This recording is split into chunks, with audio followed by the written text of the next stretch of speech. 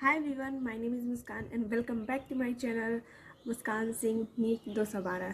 तो हम लोगों ने जैसे चैप्टर 1 का पढ़ लिया है, जितना भी मैंने बनाया था शॉर्ट नोट्स बायो का चैप्टर 1 का, तो उसको हम लोगों ने पढ़ लिया है। तो अब चैप्टर 2 का हम लोग देखते हैं, यानी कि मानव जनन में। ठीक है, इसको भी हम लोग जल्दी से फास्ट से रिविज़न करके इसको हम लोग जल्दी से कंप्लीट करते हैं, वरना हम लोग के पास टाइम अब नहीं बचा है 25। तो अभी चैप्टर 1 का मैंने डाल दिया है, चैप्टर 2 का अब डाल रही हूँ। ठीक है, तो इसके लिए हम लोग चलिए शुरू करते हैं। ठीक है, शॉर्ट नोट्स अपना बायो का। चैप्टर 2 मानव जनन के बारे में हम लोग बात कर रहे हैं। तो मानव जनन में क्या होता है, मानव जनन में जो हम लोग टॉपिक पढ़ेंगे वो कौन सा है, तो परिचय पहले पढ़ेंगे, फिर पुरुष जनन तंत्र पढ़ेंगे, फिर स्त्री जनन तंत्र पढ़ेंगे, फिर युग्मक जनन पढ़ेंगे। उसके बाद क्या पढ़ेंगे, आर्तव चक्र पढ़ेंगे, निषेचन एवं अंतरोपण एवं सगर्भता एवं भ्रूण परिवर्धन एवं प्रसव एवं दुग्ध श्रवण। ठीक है, तो मानव जनन में क्या होता है, मानव जनन जो होते हैं यानी कि एक लिंगी प्राणी होते हैं। एक लिंगी यानी कि एक लिंगी यानी कि एक लिंग, यानी कि नर वाले अलग होते हैं। नर क्या होता है, एक लिंग होता है, और मादा वाला क्या होता है, एक लिंग होता है। तो इसमें हम लोग बात करेंगे जरायुज प्राणी। तो मानव जो होते हैं ये जरायुज प्राणी होते हैं, इनकी विविपोरस यानी कि बच्चों को जन्म देने वाले होते हैं। उसके बाद बात करेंगे हम लोग जैविक क्रिया के लिए, यानी कि जैविक क्रिया के लिए क्या करते हैं, निरंतरता के लिए आवश्यक है इन्हें फर्टिलाइजेशन करना। ठीक है, एंड उसके बाद क्या होता है, जनन रिप्रोडक्शन क्या होता है, तो वह जैविक क्रिया है जिसमें जीव अपने समान नई संतति उत्पन्न करते हैं और अपनी जाति को बनाए रखते हैं। मानव एक लिंगी प्राणी है, मानव एक जरायुज प्राणी है। ठीक है, उसके आगे हम लोग देखते हैं। तो मानव में जनन घटना के अंतर्गत क्या होता है, पहले युग्मक जनन, यानी कि युग्मक जनन होगा तो यानी कि गेमिटोजेनेसिस। तो गेमिटोजेनेसिस यानी कि क्या होता है, युग्मक का निर्माण होता है। नर में क्या होता है, शुक्राणु बनता है, मादा में क्या होता है, अंडाणु बनता है। उसके बाद हम लोग क्या बात करेंगे, वीरसेचन यानी कि इंसेमिनेशन। तो इंसेमिनेशन क्या होता है, जब शुक्राणु को मादा जनन पथ में भेजा जाता है उसे ही हम लोग क्या कहते हैं, वीरसेचन कहते हैं। उसके बाद क्या होता है, निषेचन। निषेचन यानी कि फर्टिलाइजेशन। तो फर्टिलाइजेशन क्या होता है, अंडाणु और शुक्राणु का संलग्न होता है, संलयन। ठीक है, अंडाणु और शुक्राणु जब संलयन होते हैं तो क्या बनता है, तो उसी को हम लोग क्या कहते हैं, निषेचन कहते हैं। अंतरोपण यानी कि इम्प्लांटेशन, इसमें क्या होता है, यहाँ पे जो होती है जो निषेचन होकर युग्मनज यानी कि जयगोट आते हैं उसको हम लोग क्या कहते हैं, 2, 4, 8, 16, 32 कोष की अवस्था में आकर वो क्या करती हैं, कोरक पुटी यानी कि ब्लास्टोसिस्ट हो जाती हैं। 32 कोष की अवस्था को हम लोग क्या कहते हैं, ब्लास्टोसिस्ट कहते हैं। ठीक है, उसके आगे हम लोग ये लोग देख लेते हैं। तो ये क्या लिखा है, तो ये लिखा है 60 से 80 हजार प्राइमरी फॉलिकल्स बची होती हैं, फॉलिकल्स बची हैं यहाँ पे। ठीक है, उसके आगे हम लोग देखते हैं। तो अंतरोपण, अंतरोपण यानी कि क्या होता है, इम्प्लांटेशन, यानी कि कोरक पुटी का अंतःगर्भाशय भित्ति में जाके धस जाना। ठीक है, उसे हम लोग क्या कहते हैं, अंतरोपण यानी कि इम्प्लांटेशन कहते हैं। गर्भवृद्धि यानी कि गेस्टेशन, यानी कि time period of pregnancy 9 month का जो होता है, गेस्टेशन यानी कि गर्भवृद्धि होती है। प्रसव यानी कि पार्चुरेशन होता है, यानी कि बच्चे को जन्म देना, बच्चे को जन्म देना। बेबी जब 9 महीने का, यानी कि बेबी का जो पेट में होता है पल कर 9 महीना उसका कंप्लीट हो जाता है, तो उसके बाद बच्चे बाहर आते हैं, मतलब वो बेबी बाहर आता है, उसी को हम लोग क्या कहते हैं, प्रसव यानी कि पार्चुरेशन कहते हैं।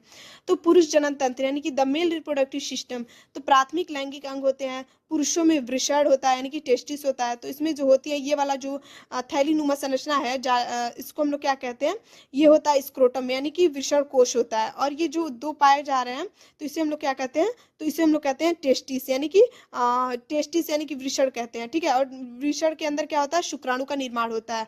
और ये क्या होते हैं, 2 से 2.5 डिग्री सेल्सियस टेम्परेचर जो होते हैं, तापमान कम होते हैं शरीर के तापमान से। ठीक है, वरना ये भी नष्ट हो जाएंगे। उसके बाद हम लोग बात करेंगे नर में क्या होता है, नर हार्मोन क्या होते हैं, टेस्टोस्टेरोन, यानी T for testis, T for testosterone. ठीक है, नर हार्मोन होते हैं। नर युग्मक क्या होते हैं, शुक्राणु स्पर्म होते हैं, शुक्राणु या फिर स्पर्म कह सकते हैं। उदर गुहा के बाहर उपस्थित होते हैं, यानी कि पेट के बाहर होते हैं। और अंडाकार होते हैं, यानी कि अंडे की तरह होते हैं, ऐसे लंबे की तरह संरचना, लंबा अंडे की तरह संरचना होती है। और एक जोड़ी वृषण होता है। तो एक जोड़ी वृषण यानी कि एक इधर है और एक इधर है, उसी का क्या कहेंगे हम लोग, एक जोड़ी वृषण होता है।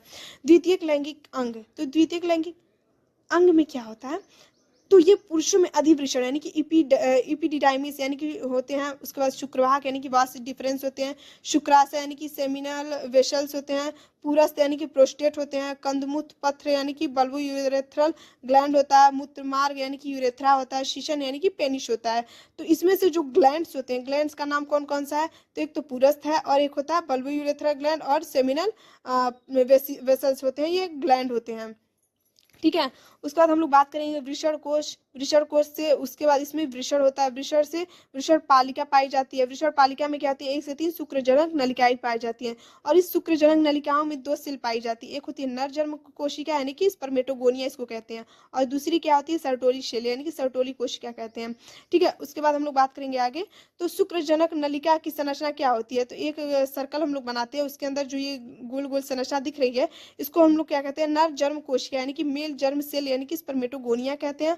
और इसमें जो ये क्या है रेड वाला, तो रेड वाला शुक्राणु यानी कि जो किससे धंसा हुआ है, सर्टोली कोशिका। सर्टोली कोशिका से क्या करता है, ये अपना भोजन यानी कि पोषण प्राप्त करता है। तो शुक्राणु को पोषण प्रदान करता है कौन, सर्टोली कोशिका। उसके बाद ये यहाँ पे इसके बाहर जो होती है खाली स्थान होता है, उसको हम लोग क्या कहते हैं, खाली स्थान को हम लोग क्या कहते हैं, इंटरस्टिशियल सेल कहते हैं यानी कि अंतराली कोशिका अवकाश कहते हैं, जो लीडिंग सेल होती है। उसके बाद ये क्या होती है, सेकेंड नेम क्या है इसका, तो एंड्रोजन हार्मोन को स्रावित करती है यानी कि पुंजन। ठीक है। उसके आगे हम लोग देख लेते हैं, तो शुक्रजनक नलिका यानी कि सेमनीफेरस ट्यूब्यूल्स यानी कि प्रत्येक शुक्रजनक नलिका के भीतर भाग जननीय उपकला यानी कि जेमिनल इपिथीलियम से स्तरित होता है, जिसमें 2 प्रकार की कोशिकाएं होती हैं। ठीक है।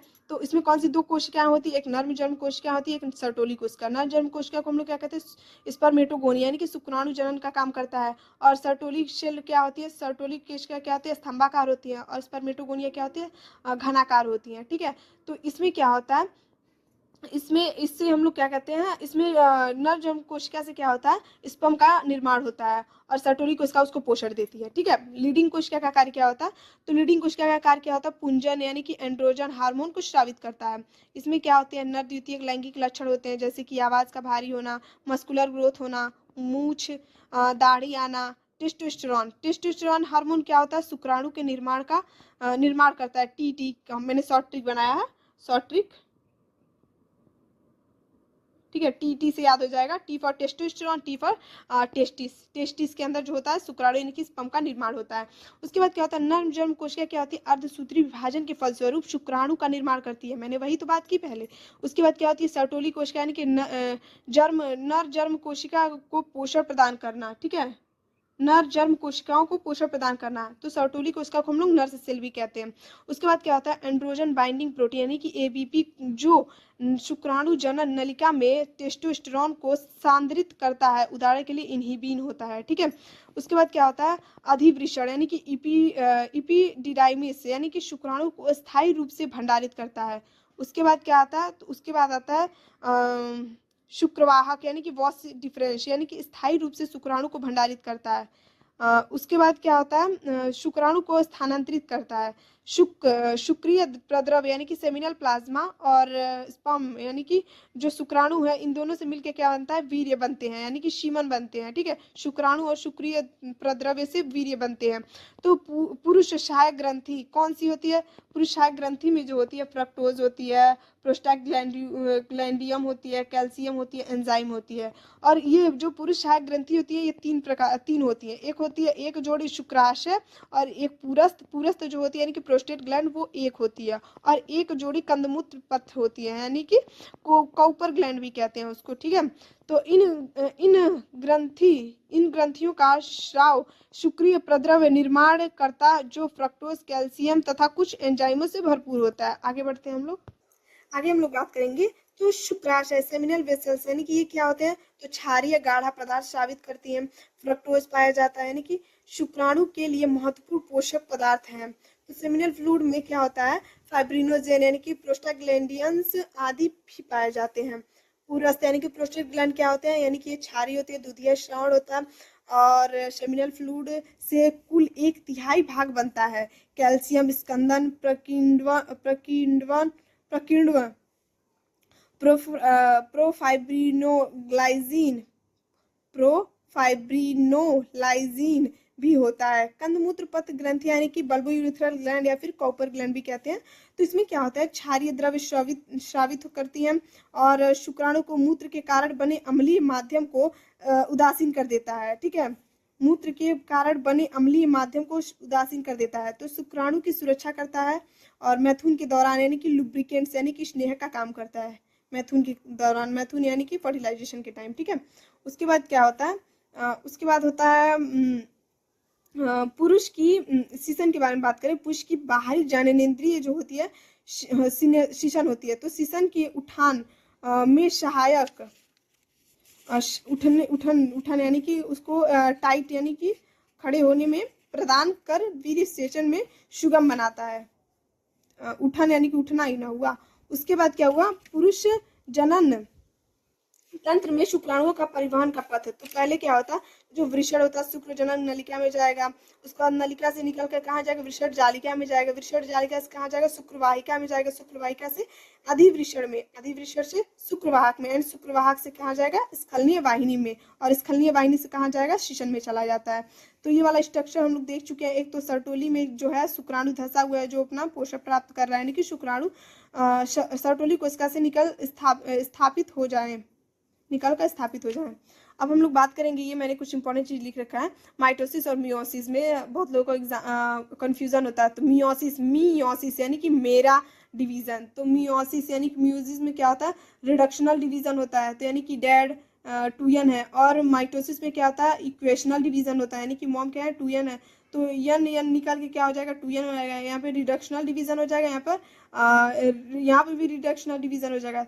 बट माइटोसिस में क्या होता है, हम लोगों ने मियोसिस में देखा, माइटोसिस में क्या होता है 2n है, तो ये 2n ही जाएगा, इक्वेशनल डिवीजन हो जाएगा। इसका ये वाला एग्जांपल है, ठीक है, सॉरी गलती हो गया, ये वाला इसी का है मियोसिस का, मियोसिस यानी कि मेरा डिवीजन, तो मियोसिस हो रहा है, तो इसमें यन आएगा, हाफ आएगा, ठीक है। आगे बात करते हैं हम लोग। तो उसके बाद क्या होता है, मादा जनन तंत्र यानी कि ओवरी स्ट्रक्चर, तो ये वाला हम लोग स्ट्रक्चर हम लोग देखते हैं। तो ये क्या होती है, मेडुला, अंदर वाला पार्ट मेडुला होती है। इसको हम लोग क्या कहते हैं, पहले ओविरियम स्ट्रोमा यानी कि अंडाशय पीठिका कहते हैं, जो 2 भाग में डिवाइड होती हैं। तो परिधीय वलकुट होता है यानी कि पेरिफेरल कॉर्टेक्स होता है, और एक होता है मध्यांश मेड्यूला होता है, ठीक है। और ये किससे बनी होती है, तो इपिथीलियम यानी कि उपकला ऊतक का बना होता है। तो ग्राफियन पुटक फटने से द्वितीयक अंग बना होता है, अंक बना होता है। अंडाशय यानी कि ओवरी क्या होते हैं, प्राथमिक लैंगिक अंग होते हैं, लंबाई 2 से 4 सेंटीमीटर होती है, यह श्रोणि भित्तीय तथा गर्भाशय से जुड़ी होती है। अंडाशय लिगामेंट से जुड़ी होती है, लिगामेंट से जुड़ी होती है अंडाशय जो होती है। उसके बाद क्या होता है, अंडवाहिनी ओवेरियन डक्ट्स यानी कि फैलोपियन ट्यूब्स क्या होती है, तो डिंबवाहिनी नली लगभग 10 से 12 सेंटीमीटर की होती है, और अंडवाहिनी के 3 भाग होते हैं, एक तो स्थमस, एम्पूला, इनफंडिबुलम, स्थमस है, गलत लिखा गया है, स्थमस, एम्पूला, इनफंडिबुलम होता है। तो इसमें हम लोग जो ये स्ट्रक्चर देख रहे हैं, ये वाला क्या होता है, ये होता है एग वाला पार्ट यानी कि ओवरी वाला पार्ट होता है, इधर से एग बन के जाता है, तो ये क्या होता है, यहाँ पे होता है इनफंडिबुलम, उसके बाद एम्पूला होता है, यहाँ पे एग होता है, तो ये 10 से 12 सेंटीमीटर की होती है। इसके आगे जाएगा तो स्थमस होता है, ठीक है, स्थमस, यहाँ पे स्थमस होता है। उसके बाद ये वाला यूट्रस आ जाता है यानी कि ओवरी, गर्भाशय आ जाता है। उसके बाद बात करेंगे स्तन ग्रंथि यानी कि मेमरी ग्लैंड। तो मेमरी ग्लैंड में क्या होता है, इसमें जो होती है फैट ग्लैंडुलर टिश्यू होता है यानी कि वसा ग्रंथि उत्तक पाया जाता है, जिससे क्या होती है 15 से 20 स्तन पालियां यानी कि मेमरी लोब्स निकलती हैं। और इस मेमरी लोब्स में क्या होती है, आल एल्वियोलाई, मैनी एल्वियोलाई यानी कि बहुत सारी कुपिकाएं दुग्ध निर्माण करती हैं। तो इसमें क्या होती है, ये स्तन नलिका होती है, स्तन नलिका से क्या होता है, स्तन वाहिनी आती है, स्तन वाहिनी में क्या होती है, स्तन तुम्बिका, जो दुग्ध आता है वो किधर से किधर जाता है, तो उधर ही से स्तन नलिका से स्तन वाहिनी में जाएगा, स्तन वाहिनी से कहाँ जाएगा, स्तन तुम्बिका यानी कि मेमरी एम्पूला में जाएगा। उसके बाद क्या जाएगा, दुग्ध वाहिनी यानी कि लैक्टिफेरस डक्ट में चला जाता है। तो यहाँ पे हम लोग स्ट्रक्चर देख सकते हैं, यहाँ पे क्या है, तो ये हम लोग का जो साइड में है इसे हम लोग क्या कहते हैं, वसा यानी कि ग्रंथिल उत्तक होता है, ठीक है। उसके अंदर ये वाला जो स्ट्रक्चर रीढ़ वाला है, तो ये 15 से 20 स्तन पालियां यानी कि मेमरी लोब्स हैं। और इसमें जो बिंदु बिंदु जो संरचना दिख रही है उसको हम लोग क्या कहते हैं, कुपिका यानी कि एल्वियोलाई होती है, जो दुग्ध का निर्माण करती है। तो ये निकल के किधर जाती है, तो पहले निकल के जाएगी स्तन नलिका से कहाँ जाएगी, स्तन वाहिनी में, स्तन वाहिनी से कहाँ जाएगी, स्तन तुम्बिका में चली जाती है, स्तन तुम्बिका से कहाँ जाएगी, तो लैक्टिफेरस डक्ट यानी कि दुग्ध वाहिनी में चली जाती है। उसके बाद बाहर निकल जाती है निप्पल के रास्ते, ठीक है। आगे बढ़ते हैं हम लोग। अब हम लोग बात करते हैं युग्मक जनन। युग्मक जनन यानी कि गेमेटोजेनेसिस, यानी कि इसमें क्या होगा, गेमिटोजेनेसिस यानी कि युग्मक जनन। तो युग्मक का निर्माण की प्रक्रिया को हम लोग क्या कहते हैं, युग्मक जेनेसिस कहते हैं, यानी कि गेमेटोजेनेसिस कहते हैं। तो युग्मकों के निर्माण की प्रक्रिया युग्मक जनन कहलाती है। तो युग्मक जनन में क्या होता है, एक तो शुक्र जनन होता है, एक होता है अंड जनन। यानी कि शुक्र जनन को हम लोग क्या कहते हैं, स्पर्मेटोजेनेसिस, एंड अंड जनन को क्या कहते हैं, oogenesis। ठीक है, तो इसमें शुक्र जनन में क्या होता है, शुक्राणु का निर्माण होगा। शुक्राणु में निर्माण में क्या होता है, नर यानी कि वृषण का निर्माण होगा। और अंड जनन में क्या होगा, अंडाणु का निर्माण होगा। अंडाणु के निर्माण से क्या होगा, मादा में अंडाशय का निर्माण हो जाएगा। ठीक है, अंडाणु में अंडाशय का निर्माण हो जाएगा। तो उसके बाद क्या, अंड का निर्माण होगा, यानी उसके बाद क्या होगा, शुक्र जनन यानी कि स्पर्मेटोजेनेसिस। स्पर्मेटोजेनेसिस में क्या होता है, शुक्राणु के निर्माण की प्रक्रिया शुक्र जनन कहलाती है। शुक्राणु के निर्माण की प्रक्रिया को क्या कहते हैं हम लोग, शुक्र जनन कहलाती है। तो नर जन्म कोशिका यानी कि मेल जर्म सेल यानी कि स्पर्मेटोगोनिया क्या होती है, तो वो डिप्लॉयड होती है, यानी कि टूयन होती है स्पर्मेटोगोनिया। उसके बाद क्या होगी, समसूत्री विभाजन हो जाएगा। ठीक है, समसूत्री विभाजन के बाद क्या हो जाएगा, माइटोसिस होगा। समसूत्री विभाजन यानी कि समान समान कोशिकाएं डिवाइड हो जाती हैं। तो समसूत्री विभाजन के बाद इसमें क्या होती है, प्राथमिक शुक्र कोशिका यानी कि प्राइमरी स्पर्मेटोसाइट बनती है, जो क्या होती है, टूयन होती है, यानी कि डिप्लॉयड होती है। उसके बाद क्या हो जाएगा, अर्धसूत्री विभाजन होता है, यानी कि अर्धसूत्री विभाजन फर्स्ट होता है, यानी कि मियोसिस हो जाता है। तो मियोसिस से क्या बनता है, द्वितीयक शुक्र कोशिका बनती है, तो इसको सेकेंडरी स्पर्मेटोसाइट कहते हैं। इसके बाद क्या होगा, अर्धसूत्री विभाजन द्वितीय का विभाजन होता है, यानी कि यन से फिर यन बन जाता है, यानी कि शुक्राणु प्रसू यानी कि स्पर्मेटिड कहते हैं। फिर उसके बाद क्या होता है, शुक्राणु प्रसू से यानी कि 4 बनती है, स्पर्मेटोसाइड होता है ना, स्पर्मेटिड होता है ना, तो उसके बाद शुक्राणु यानी कि स्पर्मेटोजुआ का निर्माण होता है। एंड देन अगर हम लोग यहाँ से प्राथमिक शुक्र कोशिका से शुक्राणु तक बनने की क्रिया को क्या कहते हैं, तो स्पर्मेटोजेनेसिस कहते हैं। लेकिन अगर शुक्राणु प्रसू से शुक्राणु बन रहा है, तो इसको हम लोग क्या कहते हैं, स्पर्मेटिड कहते हैं। ठीक है, उसके बाद ये भी यन हो जाता है। आगे बढ़ते हैं हम लोग। तो ये होता है नर जन्म कोशिका जो होती है, ये टूयन यानी कि डिप्लॉयड होती है, जो 2 भागों में समसूत्री विभाजन होगा। समसूत्री विभाजन यानी कि समान समान कोशिका आ जाएगी, तो इसमें टूयन, इधर भी टूयन हो जाती है। तो उसके बाद टूयन यानी कि प्राथमिक शुक्र कोशिका जो होती है टूयन होती है। तो उसके बाद ये इसमें क्या होगा, अर्धसूत्री विभाजन फर्स्ट होगा। ठीक है, अर्धसूत्री विभाजन यानी कि प्राथमिक शुक्र कोशिका से, तो इसमें यन हो जाएगा, तो यानी कि द्वितीयक शुक्र कोशिका बन जाएंगे। इस द्वितीयक से क्या बनती है, 4, यानी कि 4 बन जाती है, 4 कोशिकाएं बन जाती हैं। तो इस चारों से क्या होती है, अलग अलग की शुक्राणु बन जाती है। तो इस चारों को हम लोग क्या कहते हैं, शुक्राणु प्रसू कहते हैं। तो उससे क्या बनता है, शुक्राणु बनता है। स्पर्मेटोजेनेसिस यानी कि शुक्र जनन क्या होता है, यानी कि स्पर्मेटोगोनिया शुक्राणु बनाता है। और स्पर्मेटोजेनेसिस से शुक्राणु जनन से क्या होता है, शुक्राणु प्रसू शुक्राणु बनाते हैं, स्पर्मेटोजेनेसिस। इसको स्पर्मियोजेनेसिस, मियो यानी कि छोटा सा, इतू सा काम हो रहा है, इस पर मियोजेनेसिस। और इस पर मेटोजेनेसिस यानी कि ये बड़ा वाला हो रहा है। ठीक है, आगे बढ़ते हैं हम लोग। इसके बाद हम लोग पढ़ते हैं हाइपोथैलेमस। हाइपोथैलेमस क्या होता है, गोनेडोट्रोपिन रिलीजिंग हार्मोन्स होता है, यानी कि GnRH होता है। तो इसमें LH आता है और FSH आता है। तो LH को हम लोग क्या कहते हैं, ल्यूटिनाइजिंग हार्मोन होता है, और FSH को यानी कि फॉलिकल स्टिमुलेटिंग हार्मोन होता है। तो इसमें क्या होता है, जो पीयूष ग्रंथि होती है ये 2 भागों में डिवाइड होती है, एक तो LH होती है और एक होती है FSH। तो LH क्या करती है, लीडिंग कोशिका यानी कि पुंजन हार्मोन को प्रेरित करती है। तो पुंजन हार्मोन क्या करेगा, टेस्टोस्टेरोन का निर्माण करेगा। टेस्टोस्टेरोन से क्या होता है, शुक्राणु का निर्माण करता है। ठीक है, उसके बाद FSH क्या होता है, सर्टोली कोशिका का निर्माण करती है। तो इसमें क्या होता है, FSH में यानी कि सर्टोली कोशिका से क्या होती है, पोषण प्रदान करती है। ये सर्टोली कोशिका क्या करती है, पोषण प्रदान करती है। FSH यानी कि FSH से सर्टोली कोशिका का निर्माण होता है, और उससे क्या करती है, पोषण प्रदान करती है इसको, शुक्राणु के निर्माण को, यानी कि शुक्राणु को जो होती है पोषण प्रदान करती है। तो गुणन प्रावस्था यानी कि मल्टीप्लिकेशन फेज होता है। तो किशोरावस्था पर शुक्रजनक नलिकाओं की भीतरी भित्ति में उपस्थित शुक्राणु जनन समसूत्री विभाजन द्वारा संख्या में वृद्धि करते हैं। ठीक है, उसके बाद क्या होता है, प्रत्येक शुक्रजन द्विगुणित होता है और उसमें 46 गुणसूत्र होते हैं। ठीक है, और दूसरा हम लोग देख लेते हैं वृद्धि प्रावस्था यानी कि ग्रोथ फेज होता है। तो ग्रोथ फेज में क्या होता है, कुछ शुक्राणु जन प्राथमिक शुक्राणु कोशिकाओं में विभेदित और आकार में बड़ी हो जाती हैं। ठीक है, और सी वाला क्या होता है, परिपक्वन प्रावस्था यानी कि मैचुरेशन फेज होता है। यानी कि कुछ शुक्राणुओं में समय समय पर अर्धसूत्री विभाजन होता है, जिनको प्राथमिक शुक्राणु कोशिका कहते हैं। ठीक है, आगे बढ़ते हैं हम लोग।